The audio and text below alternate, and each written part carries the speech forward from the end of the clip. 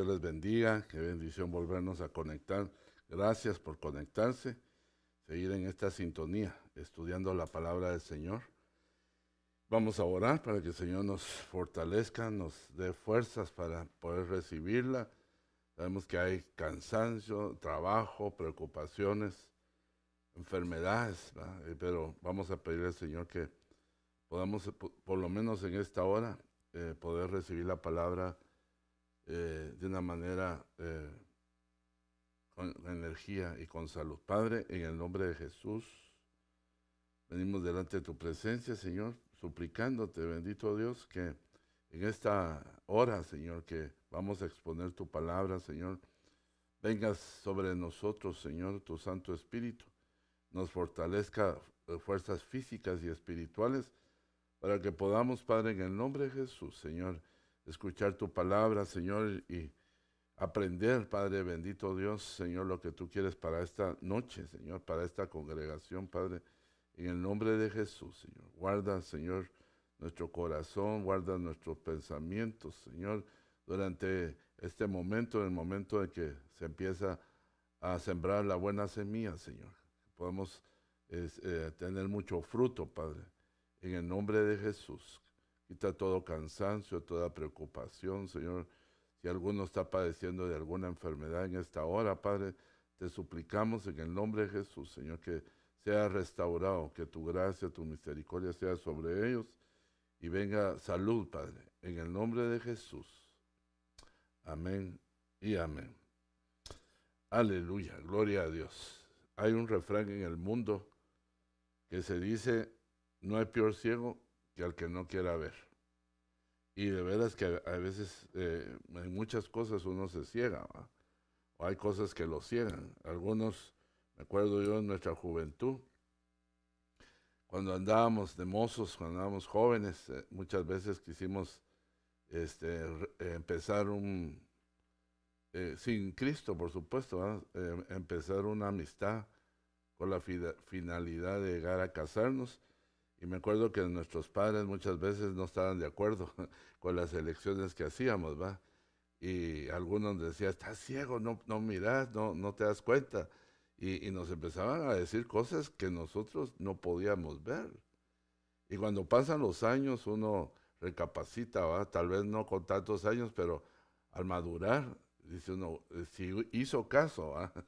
De la que me salvé, ¿va? Y se da cuenta uno de que hay gente que tiene una manera de ver más madura y logra ver por la experiencia, ¿va? De la vida algunas cosas que nosotros en ese tiempo los jóvenes, ¿va? Iba a decir ahora nosotros los jóvenes, pero ya no puedo decir.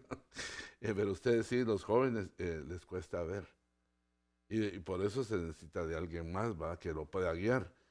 Y también esto se da también en el ámbito espiritual, ¿va? Hay ceguera natural, hay una ceguera espiritual, ¿va? Y yo creo que también hay una ceguera del alma, ¿va? Cuando casos como este, cuando se llega a enamorar o ilusionar, ¿va? Y no se tiene la madurez, pues se cometen graves errores, ¿va? Por eso muchos matrimonios se terminan, porque no, no logramos ver el peligro o las circunstancias no solamente de la otra persona, sino también de uno, ¿va? Que a veces no está en la condición de establecer o empezar una vida conyugal. Y eso es muy importante saber. Por eso es que en la Biblia, en Cantar de los Cantares, dice, no despiertes el amor hasta que Él despierte solo. ¿Verdad? Eso quiere decir que hay un tiempo en que nuestro corazón va a ser despertado, pues para hacer un matrimonio, hacer un hogar. Pues, pero eso va a ser cuando usted y yo hayamos madurado para poder elegir y poder saber si es el tiempo o no. A veces nos aventuramos, a veces no miramos, pues mucha gente dice que lo económico no es importante. Claro que sí es importante cuando se empieza un hogar, ¿va? Se sufre mucho cuando se empieza con mucha escasez y yo creo que deberíamos de casarnos en mejores condiciones, pero no estamos en un tema de matrimonios. Yo quiero empezar hablándole y leyéndole eh, con respecto a la ceguera, algo sobre la ceguera. Y yo encuentro en la Biblia que hay 7 iglesias en Apocalipsis que el Señor les hace ver sus errores, les hace ver sus aciertos también. Eso es una cosa linda que yo aprendí, que lo hemos platicado muchas veces con usted, cómo es que el Señor, para hacernos ver algunos errores que hemos cometido, primero nos hace ver cosas buenas, ¿verdad? Y para que preparar nuestro corazón, no para molestarnos, sino para abrirlo y recibir el consejo, ¿verdad?, que pueda estar dando el Señor, o la corrección. Pero yo veo las dos últimas iglesias, que sería la sexta y la séptima, ¿va? Y una es la iglesia de Filadelfia y la iglesia de la Odisea. Pero le quiero leer primero la iglesia de la Odisea. Esto me hace recordar algunas cosas. Déjeme leérselo primero. Dice 3:15. Yo conozco tus obras. Déjeme un minutito. Sí, la iglesia de la Odisea. Fíjese cómo empieza. Vale la pena leer, ¿va? 3:14. Y escribe al ángel de la iglesia de la Odisea, o sea, al pastor, el amén, el testigo fiel y verdadero, el principio de la creación de Dios, dice esto. Yo conozco tus obras, que ni eres frío ni caliente. Ojalá fueras frío o caliente, o sea, es indefinido. Así, puesto que eres tibio y no frío ni caliente, te vomitaré de mi boca. Eso lo hemos platicado, ¿va? Que ya estaban dentro del Señor, y por las mismas formas de ser, no lo pudo digerir el Señor y tuvo que salir de medio de él. El 3:17 es el que vamos a usar hoy. Dice, porque dices, en Apocalipsis y en la Biblia hay muchos que dicen ser, pero no son. Pero este dice, pero dices, soy rico y me he enriquecido y de nada tengo necesidad. Y no sabes que eres un miserable, digno de lástima, pobre, ciego y desnudo. O sea, esto le dice el Señor a esta iglesia, ¿va? Pero ella, en donde se basaba su poderío y su fuerza, era en que era rica. Y eso me hace ver que la iglesia del final va a ser la última. La iglesia del final de los tiempos va a ser una iglesia rica, donde no solamente va a haber abundancia, sino que también se va a promover la doctrina de la prosperidad. Y la tentación ahí es que el amor al dinero es la raíz de todos los males. Acuérdense que escatológicamente la Biblia nos muestra en Génesis que hay 2 periodos, el periodo de vacas gordas y el periodo de vacas flacas. Entonces, cuando vienen las vacas flacas es una bendición, todo lo que describe de ellas. Pero la primera de Juan dice que debemos primero nosotros prosperar en nuestra alma para que no nos haga mal lo que Dios nos va a dar, ¿va? Primero, porque no nos haga mal, y segundo, para que no nos desviemos, hermano, ¿va? Ese es un problema grande, porque y principalmente cuando uno no ha tenido, cuando de repente le llega un loteriazo, ¿va? O cuando le viene una bendición de Dios, muchas veces uno no está preparado para manejar y no tiene la madurez. Pues yo creo que esa iglesia, fíjese, la iglesia al final va a ser una iglesia próspera, donde vamos a tener que ser sabios cómo administrar lo que Dios nos dio. Acuérdense que hubo un ejemplo cuando salió de Egipto salió Israel, dice que el Señor los remuneró, los indemnizó, dándole orden que le dieran a Israel, número 1, oro, plata y vestiduras. Y acuérdense que ellos no pudieron soportar la tentación, y lo que debían de haber usado para las cosas de Dios lo usaron para un becerro de oro. Esa es una etapa tan difícil, ¿va? La que se describe ahí, ¿va? Porque es una etapa que habla del tiempo final, ¿va? Donde se tarda en bajar Moisés, y dice la Biblia que no tengamos por tardanza la venida del Señor, sino porque Él no quiere que ninguno se pierda, no ha venido. Entonces ellos empezaron a inquietarse, el pueblo de Dios, y entonces empezaron a pensar de una manera incoherente, y entonces empezaron a obligar al líder, Van a haber iglesias que van a obligar a los líderes a hacer cosas que no deberían de hacer. Aarón tenía liderazgo, pero no de ese tipo como el de Moisés. A Moisés no lo hubiera podido el pueblo dominar, hermano. Él era el que tenía la vara y tenía la autoridad, a igual que en el huerto, ¿va? Que verdaderamente era muy difícil que la serpiente pudiera torcer a Adán, ¿va? Porque él era el líder. Entonces lo que utilizaron en ausencia del Señor o de Moisés, ¿va? Viéndolo escatológicamente, el pueblo se levantó. Pero dentro de ese pueblo, acuérdense que no solamente salieron hebreos, sino también salieron egipcios. Y que la Biblia en algunos momentos habla que era la chusma. Entonces, ese grupo pues no traía ni los conceptos, ni las finalidades que Dios le estaba mostrando a Moisés. Entonces influenciaban al pueblo de Dios, ¿va? Venían infiltrados. Dios lo sabía, Dios lo había permitido, ¿va?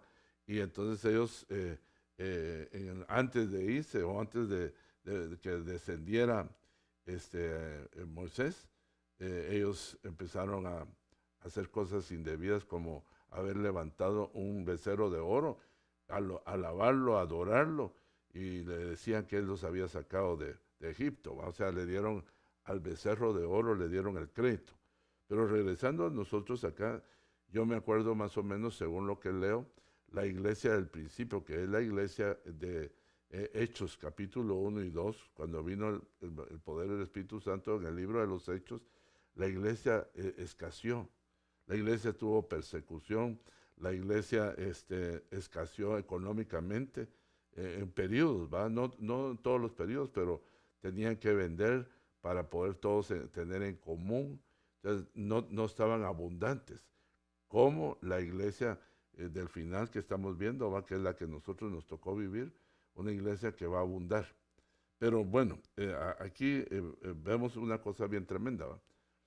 El no ver las cosas, el no poder percibir que como iglesia, que esa no era la prioridad que debe haber en una iglesia, la prosperidad espiritual.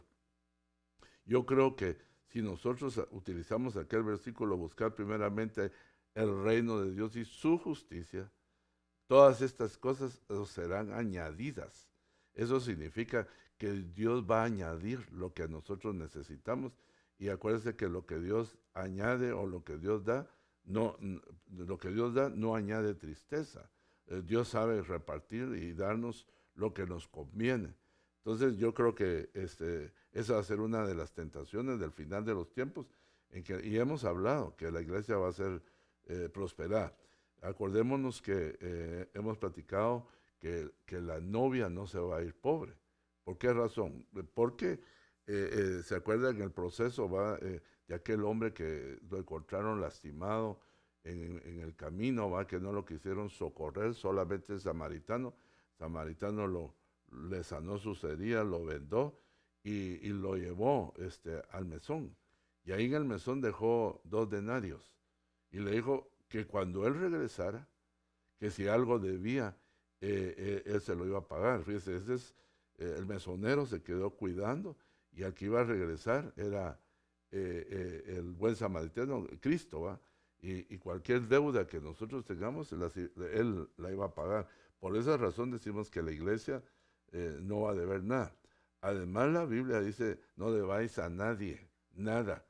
El que escribió eso va a hacer que su amada también esté en ese mismo pensamiento, en que no deber a nadie nada, ¿va? Es muy importante eso, hermano.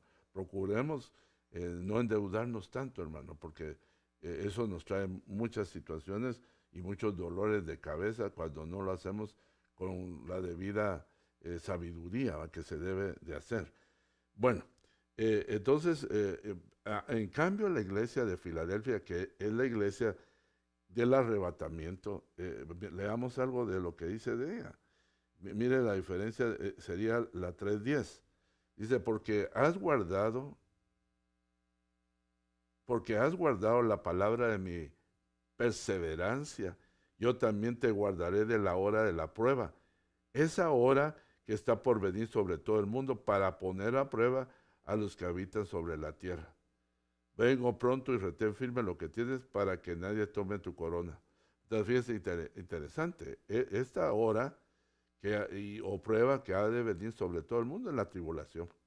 Entonces dice que a esta iglesia, por haber guardado, por haber hecho muchas cosas, pero aquí dice, haber guardado la palabra de mi perseverancia, yo también los guardaré. Fíjense, porque hiciste eso, yo también voy a hacer esto. Eso es bien importante saber, ¿va? O leerlo de esta manera, ¿va? Dios está bendiciendo, está dando, porque nosotros dimos antes.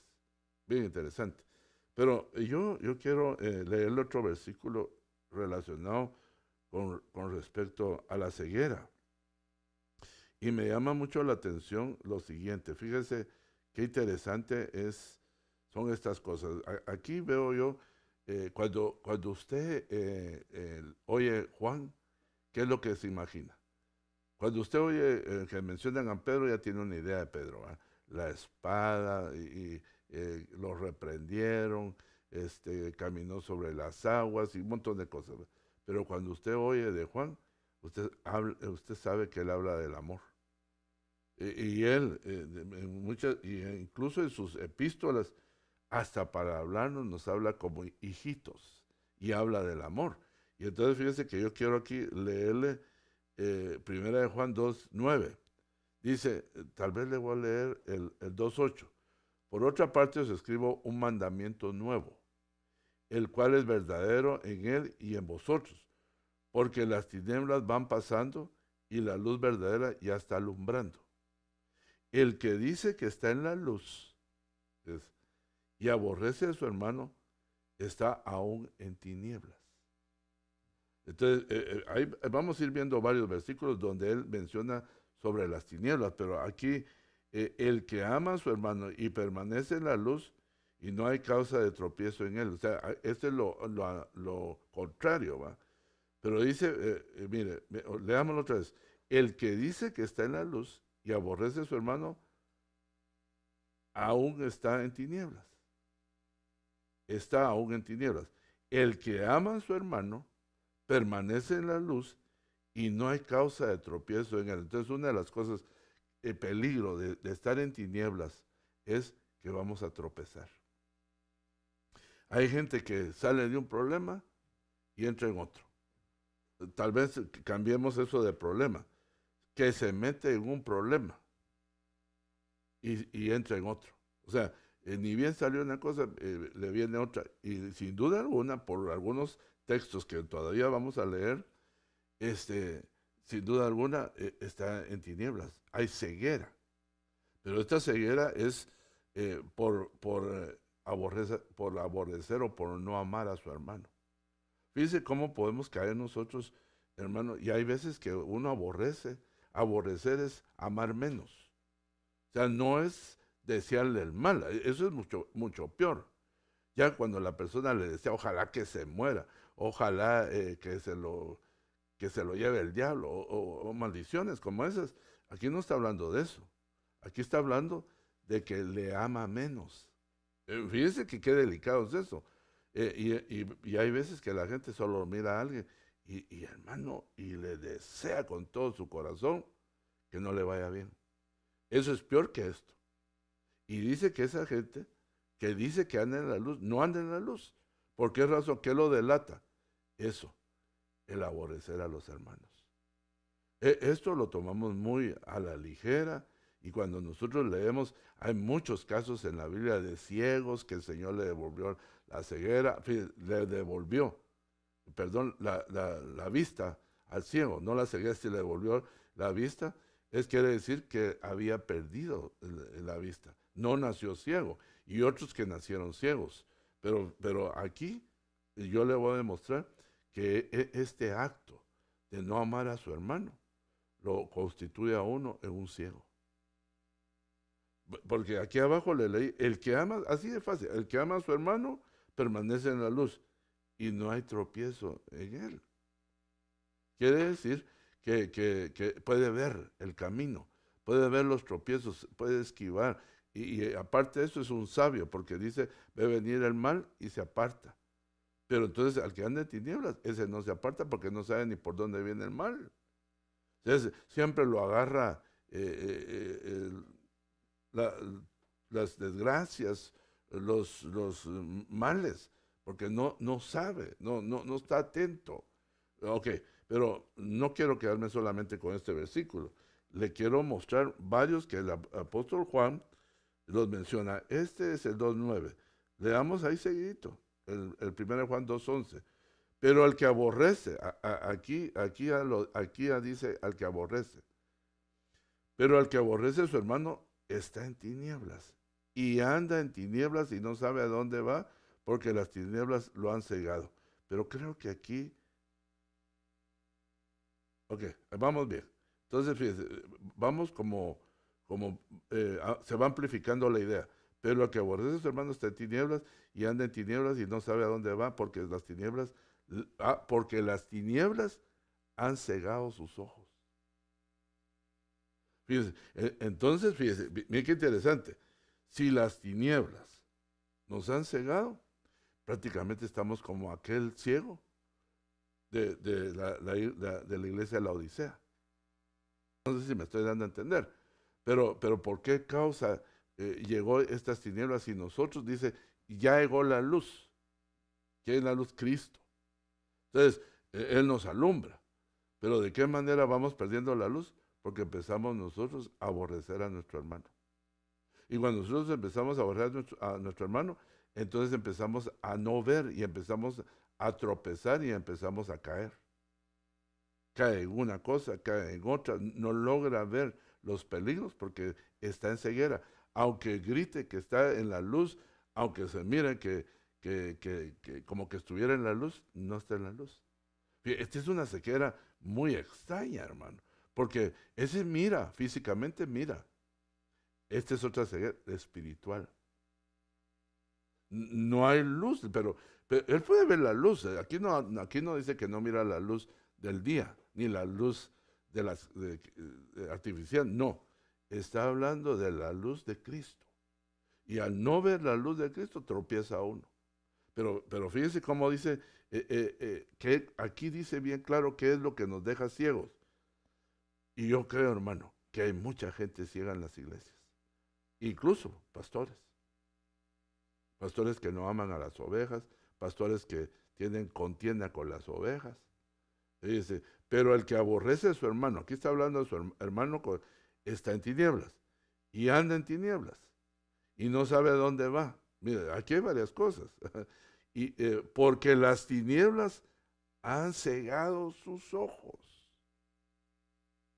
Entonces, hermano, aunque diga versículos de la Biblia, aunque vaya en la iglesia, aunque haga como que, aunque usted crea que está como antes, no está como antes. ¿Qué lo hizo cambiar? Eso, las tinieblas. Las tinieblas, hermano. Pero ¿quién hizo que se acercaran? Uno mismo. Veamos otros versículos conducentes. Otro más, aquí estamos en el 11. Entonces vayámonos hasta el 3:15. Vuelve otra vez, fíjese. Aquí van describiendo, va creciendo y se va amplificando. Todo el que aborrece a su hermano es un homicida. Y vosotros sabéis que ningún homicida tiene vida eterna permanente en él. Eso es bien interesante, hermano. Y esto, ¿sabe qué me hace recordar? A Caín. Caín era un ciego. Pero ¿qué lo había cegado? Varias cosas. La desobediencia, la envidia, hermano, la competencia con su hermano, la influencia del mundo. Por esa razón, él tenía cegado su entendimiento, porque esta es otra cosa. Esa es otra tinieblas que llega, aparte de esa espiritual, también se cega el entendimiento. Fíjense, este que estamos hablando tiene destruido su corazón en cuanto al amor hacia los hermanos, por causa de las tinieblas. Tropieza, las tinieblas lo hicieron estar ciego, le vino ceguera, pero acá describe algo más, Y ya no solamente lo aborrece, sino aquí dice que se convierte en un homicida. Nadie puede creer. Un homicida es alguien que mata a alguien. Pero acá estamos viendo nosotros como la evolución en la maldad. O se podría decir cómo va evolucionando las tinieblas en un círculo, eh, ahí sí que no virtuoso, sino un círculo en donde uno va para atrás. Y uno asegura y lee e interpreta versículos y da hasta consejos. Mire qué triste sería sentarse con uno que esté de esa manera. ¿Y qué consejo le puede dar? O sea, simplemente con el lío con una persona es suficiente para que lo hayan atrapado a las tinieblas. Y por eso es bien delicado poner la mirada en el hombre, hermano. Porque la gente a veces es una cosa y a veces es otra. Pero aquí lo podemos ver, que aquí es otra cosa, el haberse expuesto a aborrecer a su hermano. Empezó a estar ciego. Entonces, fíjense, que nosotros necesitamos de los ojos espirituales. Nosotros necesitamos de los ojos naturales. Miren, esto es bien interesante. Algunos que ni siquiera se preocupan de sus ojos naturales. Y uno de esos fui yo.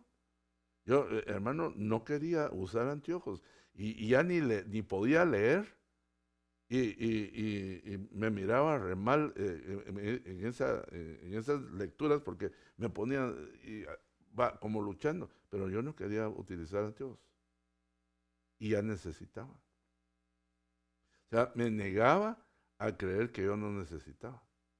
Y entonces lo mismo es en lo espiritual. No se atreve a decirle a alguien que las tinieblas están sobre él y que se ha convertido en homicida, porque otro a la cuenta, otro a la lista, aborrece a otro más, hermano. Entonces, esto no hay que tomarlo así nomás, ¿va? Porque esto es delicado, hermano. No vamos a poder. ¿Cómo vamos a ver cómo vamos a ver la Biblia? ¿Cómo vamos a entender la Biblia? Si el entendimiento y si los ojos espirituales se nos cierran, hermano, pues podemos leer mejor que nadie, pero no vamos a poder interpretar, no va a entrar el rema en nosotros. Y esto puede ser,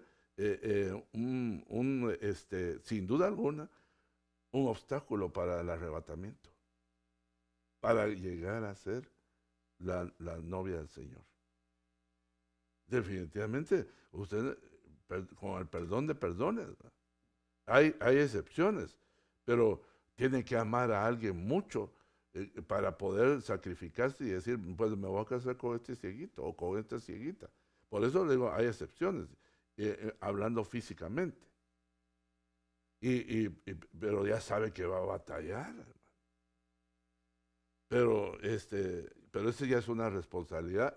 Ese sí está consciente que con el que se va a casar no mira y que va a tener que cuidarlo y bueno, un montón de cosas. Pero hermano, a veces uno no está consciente de esto. Y se sienta la Santa Cena, se ministra el amor y las personas dicen, no, pues yo no le hago nada, pero no lo puedo ni ver, pero nadie sabe que lo aborrezco. Eso es terrible, hermano. Andar en este tipo de ceguera es peor que andar en la ceguera natural. Yo pienso, esta es más difícil de detectarla, porque la otra, pues ya le dije que con no poder leer y no poder ver, y entre más uno retira el libro o la Biblia para poder lograr ver, pues el problema que tienes necesita anteojos y se soluciona la situación. Pero tiene que venir uno y reconocer que está mal. Y ese es, porque, mire, hermano, es que, mire, uno de los homicidas, número uno, el primer homicida fue Caín. Y hermano, no le dijo eso pues el Señor, pues. Él se lo dijo de otra forma. Si no haces bien, si haces bien, no te va a ir bien. Le dijo cómo podía ser el pecado. Le dijo, tú no miras, ya estás ciego. El pecado está a la puerta.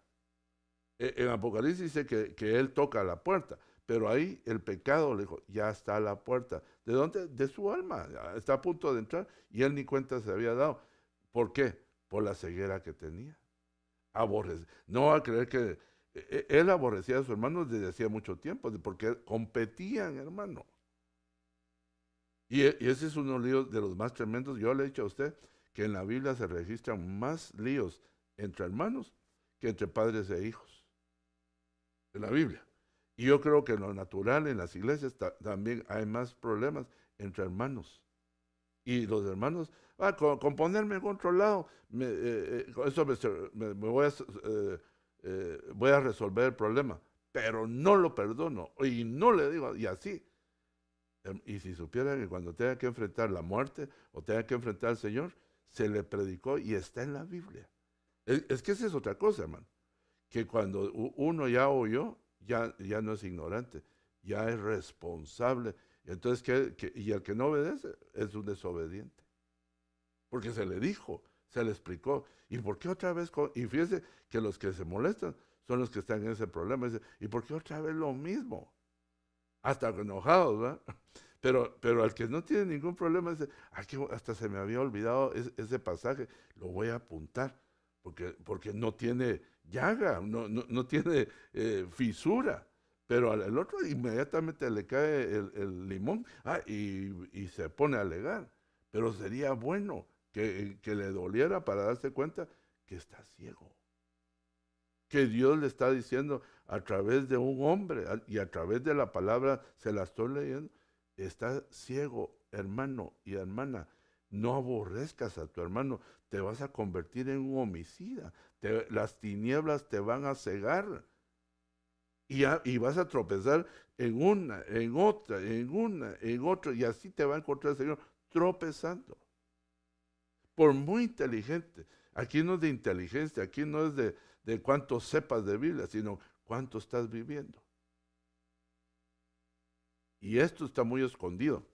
Si no lo explica el Espíritu Santo, si no lo explica el apóstol Pablo, y si uno no lo lee, uno cree que los líos son comunes y no perdonar a nadie.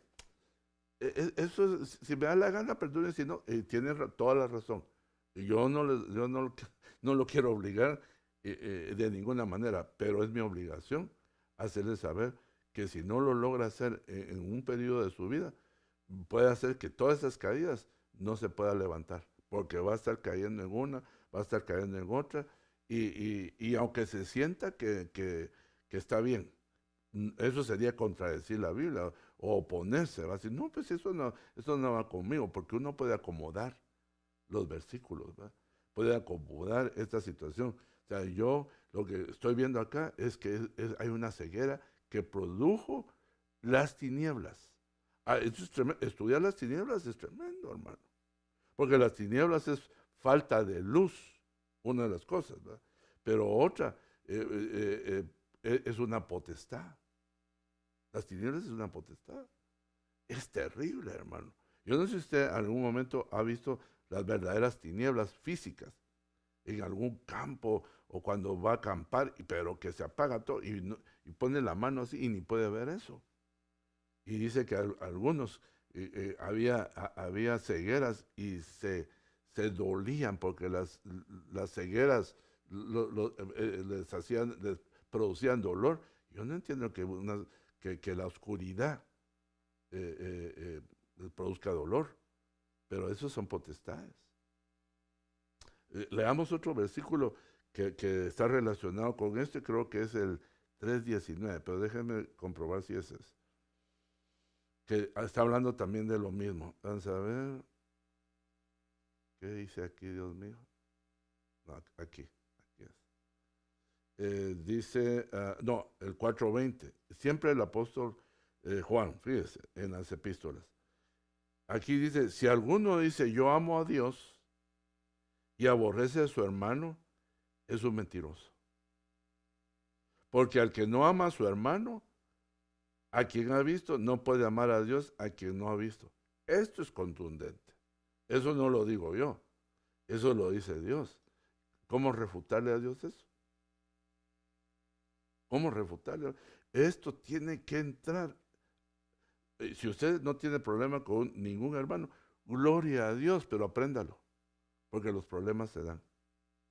Por más que esquive, por más, aunque por eso, hermano, a mí me gusta estar aparte, por eso a mí no me gusta hablar con nadie. Es un ermitaño, hermano, menos en la iglesia. Tenemos que aprender a estar en comunión, no andar como ermitaño en la iglesia. Vengo primero y me voy de último. Por eso no me quedo en nada. Pero entonces quiere decir que él mismo está dando cuenta que no tiene capacidad de soportar. Tiene una dificultad. Y no por eso está bien. Claro, hay gente que hay que evitarla porque uno mismo sabe que podría haber un problema. Yo no me- yo, eso yo lo entiendo bien, pero cuando ya hay un problema con alguien, hay que solucionarlo. Si usted lo evita, gloria a Dios, pues dice que procuremos estar en paz. Eso significa yo voy a evitar.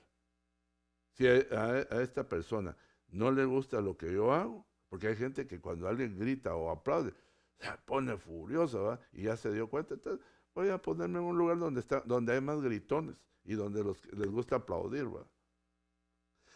Es que de todo hay, hermano, eso es difícil. ¿Cómo hacerlo? Con sabiduría, con inteligencia de Dios. Uno dice, no, pues ya vio cómo Jesús, cómo lidió con los fariseos hipócritas, porque así les decía, todos los días lo estaban acosando, estaban viendo la forma de cómo hacerlo caer, hermano. Pero como el Señor conocía los pensamientos de ellos, recuerda que hablamos de eso el domingo y el viernes, porque Él conocía los pensamientos, la mente de ellos. Entonces, ¿cómo lo conocía? Con su forma de actuar. Entonces uno conoce a algunas personas en su forma de actuar porque eso es lo que piensan. La forma en que actúan es lo que piensan, los delata.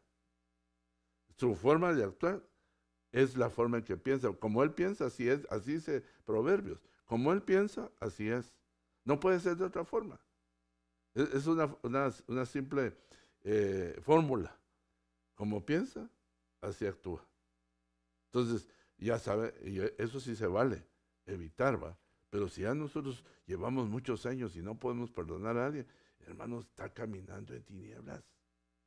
Está caminando en tinieblas. Perdone, pero ahí dice. Y eso es para mí también. No crea que no me espanta, no me molesta a mí sentirme que pudiera caer en esa ceguera. Podemos caer en esa ceguera. Pero miremos algo más. Fíjese pues, el tema le puse cómo se cura la ceguera de nacimiento. Y usted se recuerda que hubo uno de todos los ciegos que está en Juan, el famoso Juan 9, nació él ciego. Leámoslo. Yo sé que usted ya lo sabe. Esto hasta los niños de pequeñitos se les enseña, pero hay algunas cosas que nosotros como adultos tenemos que extractar muy lindas en esta historia. Al pasar Jesús, vio a un hombre ciego de nacimiento. Y sus discípulos le preguntaron, diciéndole, Rabí, ¿quién pecó? ¿Este, o sea, ciego, o sus padres, para que naciera ciego? Es una pregunta cardíaca, hermano. Y si nosotros no la leyéramos, no podríamos, tendríamos que decir, pero mira, espérame, voy a preguntarle al apóstol, mira, voy a dejarme leer más el pasaje, mejor déjame ver qué dice en griego y en hebreo. No, aquí el Señor lo explica fácil. ¿Quién pecó, Señor? Pero fíjese la pregunta que hace, ¿qué preguntó? ¿No? Bueno, para nosotros estuvo bueno que preguntaran eso, porque eso tampoco nosotros lo sabíamos, para no preguntar nosotros, ¿no? ¿Quién pecó? Quiere decir que hay cosas que vienen por pecado. Si no, el Señor hubiera descartado esto. Pero mire cómo le contestó. Jesús le respondió. Oigamos lo que Jesús respondió. Ni este pecó, ni sus padres, sino está ciego para que las obras de Dios se manifiesten en él. O sea, para lo que iba a pasar, iba a servir para que nosotros hoy lo predicáramos y para aquellos que vivían en esa época lo pudieran ver y aprender. Este venía con un plan que Dios lo planificó allá del otro lado desde antes que naciera. Esto él lo diseñó el Señor. Y entonces ahí el Señor trajo la revelación, porque esa fue una revelación. Pero entonces quiere decir que, dicho en otra forma, también puede ser que algunos estén ciegos porque pecó el padre o pecó la madre. ¿Verdad que sí? Me da la razón. Pero en este caso, digo, no pecó ni el padre ni la madre, sino que este nació ciego. Pero fíjese, con un propósito. Más sin embargo, con un propósito, el Señor, si era un propósito que se viera la gloria de Dios, que se manifestara todo lo que iba a hacer Cristo por medio de lo que iba a hacer el Padre por medio de Jesucristo, lo hizo con detalles. Pero fíjese que yo le había puesto mucha atención y siempre qué significa el barro y cosas así. Y hoy pude ver de otra manera, otro ángulo, por supuesto. ¿Va? Pero dice, pero ni este pecó ni sus padres, sino este ciego para que las obras de Dios se manifiesten en él. Nosotros debemos de hacer las obras del que me envió, mientras es de día, la noche viene cuando nadie puede trabajar. Ahí no quiero hablar de eso. Mientras yo estoy en el mundo, yo soy la luz del mundo. Y vuelvo a hablar aquí de la luz, mire, aquella luz que en Juan, aquellos que aborrecieron, se metieron bajo la oscuridad. Mientras estamos en Cristo, la luz de Cristo nos está alumbrando y estamos viendo. Entonces, aquellos, ¿cómo fue que empezaron a meterse en las tinieblas? Porque se apartaron de la luz. Y cuando uno se aparta de la luz o de Cristo, lo que va a encontrar es tinieblas. Fíjense, bien interesante esto. Habiendo dicho, escupió en tierra e hizo barro con la saliva y lo untó el barro en los ojos. Fíjense, ¿dónde le untó sus ojos? Y le dijo, ve y lávate en el estanque de Siloé, que quiere decir el enviado. Él fue pues y se lavó y regresó viendo. Entonces aquí vemos varias cosas. Aquí vemos un elemento y vemos un personaje. El elemento número uno es el agua. En el estanque hay agua. Entonces, fíjese, el agua que tipifica la palabra sirve para varias cosas. Ahorita vamos a ver, pero me llama mucho la atención que nosotros a veces nos quedamos en que le untó, o sea, ahí lo ministró. Porque desde que el ciego oyó, porque el ciego no era sordo, ni tampoco era mudo, sino que porque había uno que era sordomudo y endemoniado. Ese es otro ciego, pero este no. Este lo primero que oyó, la primera administración que oyó, fue de que él ni sus padres habían pecado. O sea, aquí hay tres posibles personas que pueden haber hecho algo y por eso, pero ¿cuándo pecaron? ¿Va? Esa sería otra pregunta. Cuando estaba en el vientre o antes del vientre. O sea, son preguntas bien cardíacas, como dice nuestro apóstol. Pero acá yo veo algo bien interesante. ¿Va? El Señor en este caso excluyó al ciego y excluyó a sus padres. Pero fíjese, bien interesante lo que le estoy leyendo en este momento. Dice que lo enviaron. Y lo tremendo es que ese lugar donde había agua, lo que significa es apostolos, que quiere decir el apóstol, el estanque del apóstol. Y mire, hermano, el apóstol Pablo habla que él ora para que sean abiertos nuestros ojos de nuestro entendimiento. Y yo diría que con las enseñanzas del apóstol Pablo no solamente se abre el entendimiento, sino se nos abre la palabra, hermano. Se nos abren los ojos para poder ver las maravillas que hay en la Biblia. No las palabras que podemos leer, sino lo que hay debajo de las palabras, los remas de Dios, ¿va? Entonces, qué interesante cuando uno se expone a la doctrina apostólica, hermano. Por eso es que yo pienso, ¿va? Que mucha gente va a padecer de ceguera o no va a poder salir de su ceguera con la cual nació porque no se expuso a la doctrina apostólica. Y cuando hablamos de doctrina apostólica, hermano, estamos hablando tanto de la doctrina que está escrita, como los mandamientos que los apóstoles que en el presente tienen para la iglesia, que los interpretan para nosotros. Ahora, lástima que si me detengo ahí ya no avanzamos, pero le dejo eso. Los apóstoles ponen mandamientos e interpretan mandamientos. Entonces, el ministerio apostólico, hermano, no es un simple nombre, sino que es una función de la mano de Dios en los 5 ministerios. Y esa agua, una de las cosas que hace es abrir los ojos.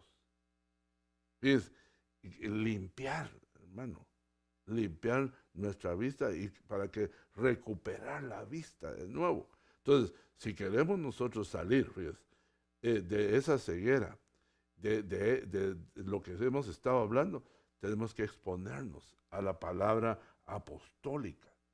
Y una de las cosas que deben de hacer los otros ministerios es que ellos se exponen a la doctrina apostólica para impartirla donde Dios los tiene, principalmente los pastores, que son los que siempre están en medio de las ovejas.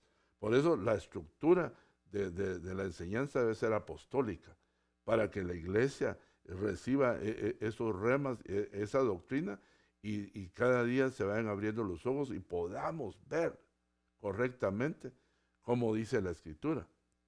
Porque, hermano, mire, no es la capacidad ni física ni intelectual la que nos hace ver que entendemos las Escrituras. Hay gente que les han cegado, las tinieblas les cegaron la verdad y han creído otra verdad. Y están seguros que esa es la verdad. Por ejemplo, los apóstatas. Esos pasaron una involución. ¿Y qué es la apostasía? Es una señal del final de los tiempos. Pero entre una de las cosas que los signos que lleva el apóstata es que ya no vio. La tiniebla lo cegaron. Y entonces empezó a caminar en vientos de doctrina. Y como está acostumbrado a creer en algo, pues creyó en lo que más le gustaba. Tal vez se asociaba a cosas que le gustaban y ahí encontró que le gusta esto, que le gusta el otro. Yo una vez estaba platicando con uno de una de las religiones de los mormones, y entonces me dijo que él era mormón. Y entonces le dije yo, pero mire, era compañero de trabajo, ¿y usted por qué toma café? Le dije, si usted tiene prohibido tomar café. Yo quería saber por qué él tomaba, porque él hablaba mucho de que él era mormón. Y yo dije, pues este es un mormón que no sigue las reglas de ellos. Claro, yo no creo en nada de eso, porque la Biblia dice que el evangelio no consiste en comida y bebida. Dice qué tremendo. Eso dice mucho. Oye, hay gente que se consagra en la bebida y en la comida. No, hombre, si hay que orar o lo que le hace mal no hay que comerlo. Simplemente, ¿va? Si me hacen mal los mariscos, pues no como los mariscos. Y si me hace mal, voy a estar sano, ¿va? Pero, y dijo el Señor que oráramos. Aparte de tomar nosotros con el conocimiento que tenemos que nos conviene para alimentarnos, también tenemos que descontaminar aquello, principalmente ahora, ¿va? Que hemos oído nosotros cómo Babilonia está influenciando hasta en la comida. Bueno, ok, pero entonces estábamos nosotros en eso de la ceguera, ¿va? Pero es bien interesante, y regresando acá, que este hombre se fue y se lavó. Hermano, yo la primera vez que leí esto, yo no le voy a decir que fue una visión. Puede ser que fue una imaginación. Estaba muy tierno en el Evangelio cuando lo vi. Pero ¿sabe qué miré yo? En mi imaginación. Pero yo no sabía mucho, hermano. O sea, pero tampoco quiero mentir. Yo vi al ciego, así como después de leer, estaba tan impresionado que nunca lo había leído. Era la primera vez que lo leía. Y yo estaba como meditando. Y puede ser que me lo haya imaginado. Vi los obstáculos que tuvo que caminar y las burlas que tuvo que oír. Hermano, aparte de que era ciego, ahora era loco. ¿Quién le untó o él se puso el lodo en la cara? O sea, para llegar al lugar, oyó muchas voces. Pues mire si oyó las de los apóstoles. Esa fue una administración tremenda, que él oyera por primera vez que lo que los apóstoles decían, lo decía mucha gente. Y era la primera vez que él decía, yo no estoy ciego por nada de eso, y entendió por qué estaba ciego. Oyó, tal vez no lo entendió. Él lo entendió hasta después de que se lavó sus ojos con el agua apostólica. Entonces le vino toda la doctrina, hermano. Porque esto no se queda solo ahí. Este es uno de los pasajes más largos y la historia de este ciego no termina aquí en donde yo la tengo. Sigue, pero yo quiero extractar sobre esto para hablar un poco más profundo, en lo que se pueda. Pero entonces yo veo acá que al lavarse, dice que se lavó y regresó viendo. O sea, no fue tan fácil. Mire, si usted mira a los otros ciegos, hay como 9 o 10 o 11 ciegos en las diferentes. Hay algunos que había una pareja de ciegos. Cada uno los fue sanando, algunos los tocaba, a otros los enviaba, a otros les hacía esto, a otros lo escupió en los ojos y un montón de cosas que hizo para devolverle. Pero a cada ciego, y es uno de los enfermedades que más explicó y que más sanó el Señor. Si usted las busca, es la que aparece más veces. Hay unas que 1 o 2 veces aparece, como por ejemplo los endemoniados no aparecen mucho. Sí que hubo muchos que fueron liberados, pero de diferente manera, muy pocos. Casi todos fueron liberados de la misma manera, pero esto es bien interesante. Acerca de la ceguera, cuando usted saca la lista de todos los ciegos, es bonito estudiarlos, hermano. Pero estamos hablando de este en específico. Pero este tenía unas cualidades, sin duda alguna. Era ciego, pero no era tonto. Eso no significa que porque no miraba, no pensaba. Hermano, este hombre, eso no haber tardado mucho. Saber cuánta distancia habría, porque eso fue lo que me vino en mi imaginación. ¿Cuánto tuvo que caminar él? Y yo no creo que si uno con los ojos abiertos se pierde, hermano. ¿Sabe a qué distancia le pusieron? Sería bueno ver, va. Tal vez hay que preguntarle a Google, va. O hay que leer, va, un poco más específico, tal vez más seguro. ¿De qué distancia había de donde el Señor lo encontró a donde estaba el estanque? Para llegar y saber que el plan, hermano, fue preguntando cuál era el estanque. Yo, aunque tuviera bastón, el bastón no le dice. El bastón es para que no tropiece. Perdone, ¿cuánto me queda para llegar al estanque de Siloé? Y la gente se le queda bien. Mire usted, ¿y qué le pasó en los ojos? Que ya está loco. Si usted está ciego, ¿y quién le hizo eso? Jesús. Pues es Jesús hace puras cosas. Y empezaron a hablar mal de Jesús. Y él, con el mismo pensamiento, diría, no, seguía ciego. La administración que le dio el Señor de ponerle el lodo y haberlo liberado de la culpabilidad, no le había quitado la ceguera. Ahí seguía siendo ciego. ¿Qué estaba haciendo en ese periodo de tiempo? Le estaba sanando su alma y le estaba afirmando su fe. Porque él se pudo desarrollar su fe hasta que llegó y se lavó. Y cuando vio, dijo, me fue bueno haberle oído y haberle creído. Hoy miro. Pero no se activó hasta que él no llegó y se lavó. No como otros que en el instante recibieron la vista. Pero este es uno de los que hay que estudiar con detalle, porque nos deja mucho que ver, hermano. Miren, veremos algunas cosas. Ver es un proceso. Ve y lávate en el estanque Siloé, estanque del enviado, mensajero, apostólico, apostolos. Más claro, no hay, hermano. Miremos. Fíjense, los pasos del proceso de recibir la vista. Aquí se lo vuelvo a poner, pero ya lo leímos. Miremoslo aquí. Fíjense, número 1, el Señor vio a un hombre ciego. Nos vio, nos escogió entre muchos.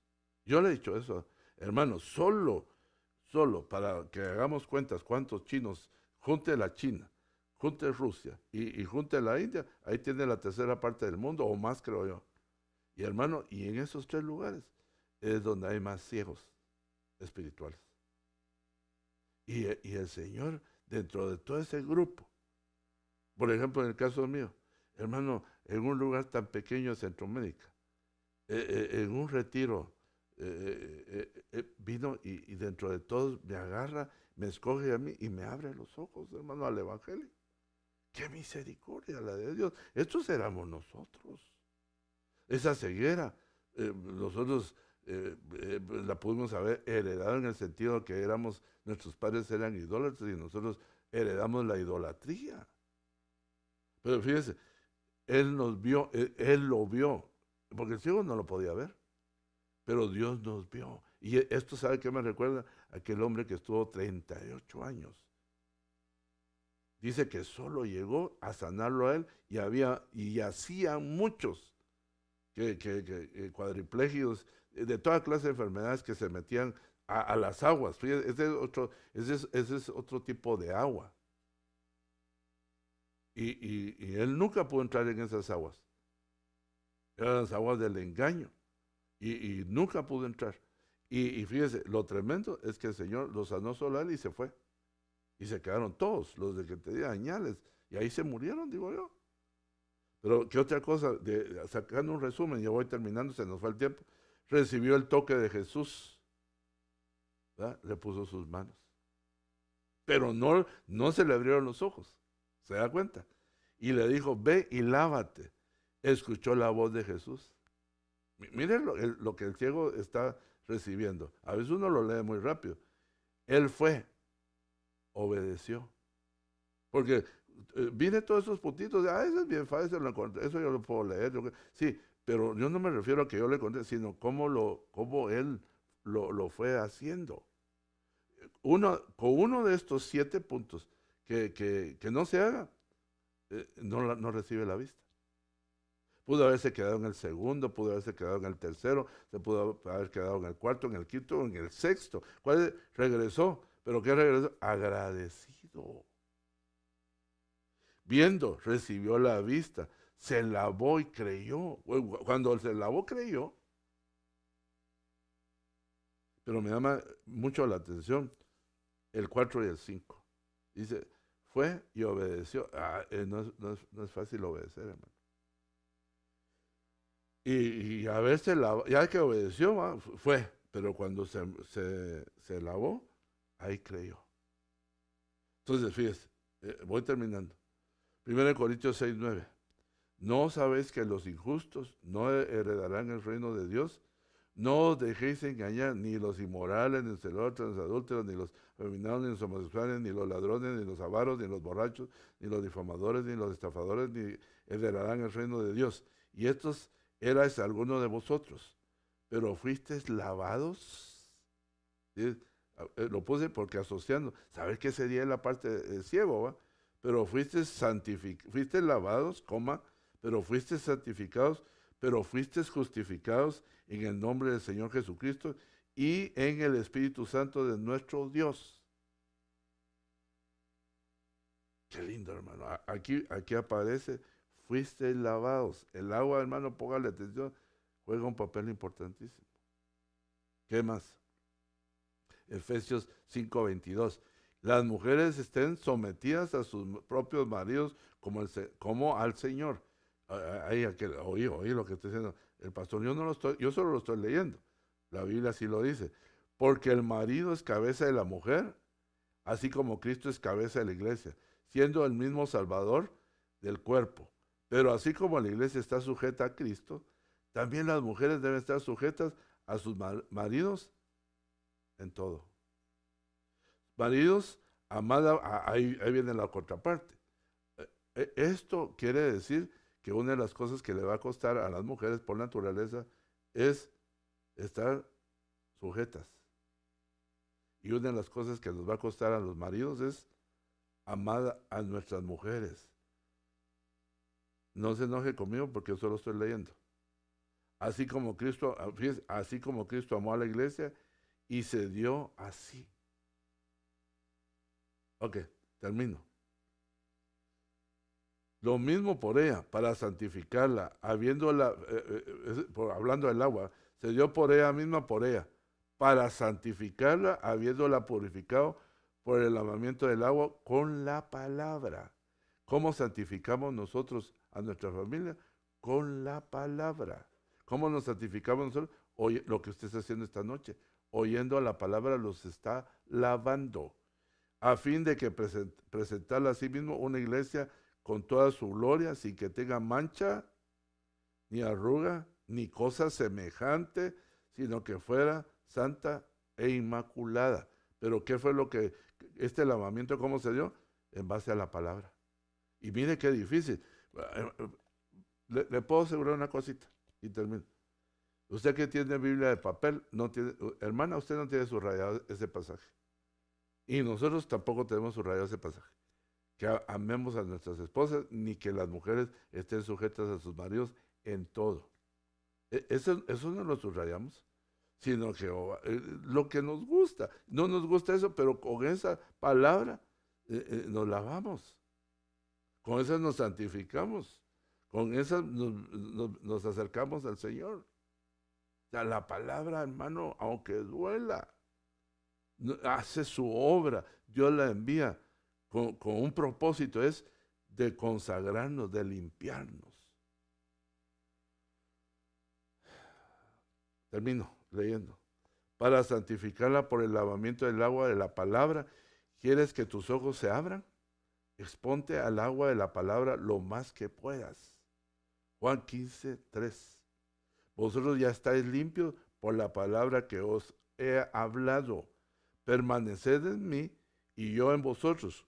Como el sarmiento no puede dar fruto por sí mismo si no permanece en la vid, así tampoco vosotros sin mí, si no permanecéis, así tampoco vosotros si no permanecéis en mí, tampoco.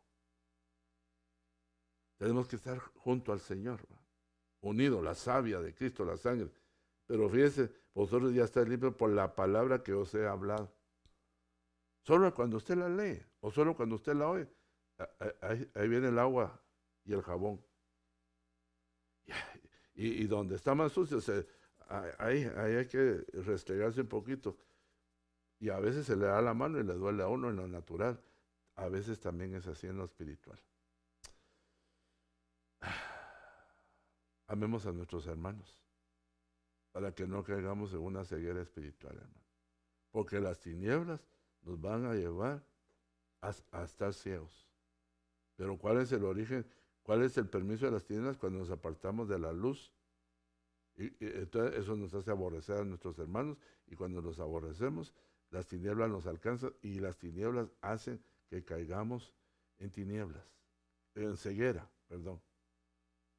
No sé si me dio a entender, pero yo sí me entendí. Vamos a orar. Padre bendito Dios, en esta hora te pedimos, Señor Jesús, que guardes nuestro corazón, Señor, de toda disputa, de toda contienda contra nuestros hermanos, Señor. Los mismos que han sido limpiados con tu sangre, Señor. Los mismos que tú les hiciste el favor, igual que nosotros, que por medio del sacrificio de la cruz, por medio de tu sangre derramada, somos salvos, Señor.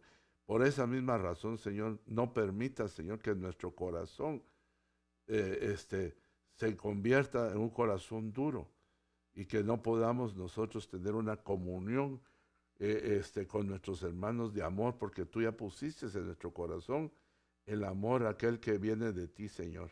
Procuremos, ayúdanos, Padre, a estar siempre en comunión con nuestros hermanos, a estar en paz con nuestros hermanos.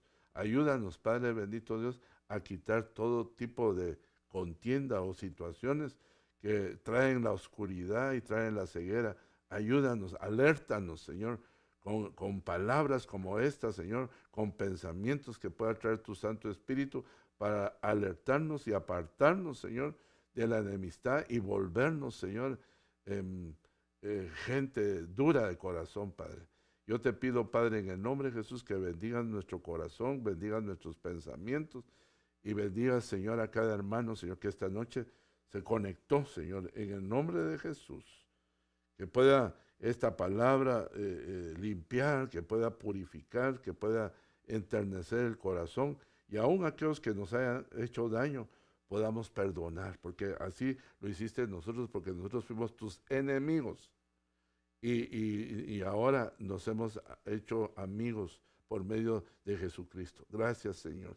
Todo esto lo pedimos en el nombre de Jesús. Amén y amén. Dios le bendiga, amado hermano.